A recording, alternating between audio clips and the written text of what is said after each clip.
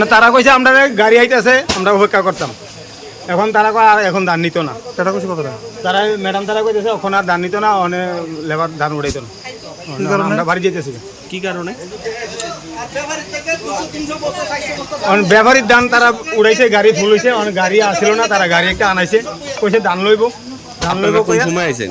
আমরা বেলা একটা সময় আইছি, এখনো ধান নিছে না। তার থেকে ধান নিতে আছে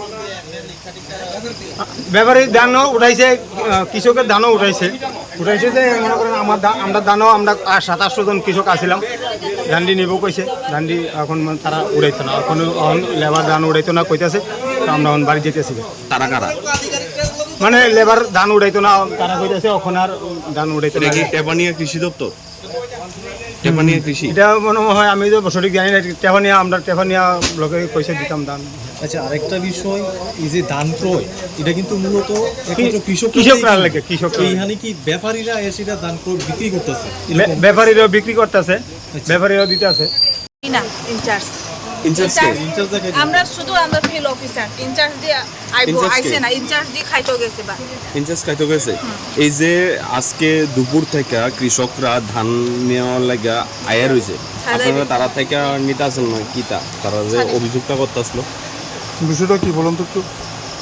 আমরা তো নিতাছি এই দাম। আপনি কি ব্যাপারীতে ধান নেওয়ার কথা না কৃষকরাতে ধান নেওয়ার কথা? 120 এমটি তো নিছেই আমরা। আচ্ছা, এখানে কি ব্যাপারীতে ধান নেওয়ার কথা না কৃষকরার থেকে? আমরা কৃষকরা থেকেই নিতাছি বেশিরভাগ। কৃষকরার অভিযোগ হইতাছে আপনারা ব্যাপারী থেকে নিতে আসেন। আমরা এখানে ব্যাপারী লিস্ট দিই নাই, দেখেন রেজিস্টার এমনি খোলা আছে, রেজিস্টার দিয়ে কৃষক তো অভিযোগ করছে না, যারা অন্নদাতা তারাই তো অভিযোগ করছে। এখন যদি ইনচার্জ আছে তাই নেরেজিগা আমরা কিতা কম আমরা দেন খাদ্য দপ্তরের লোক, আমরা তো কে কৃষক কে ব্যাপারী এটা তো আমাদের দেখার না, আমাদের তো রেজিস্ট্রেশন পাচ্ছি, ওরা ধান আনছি, আমরা নিচ্ছি।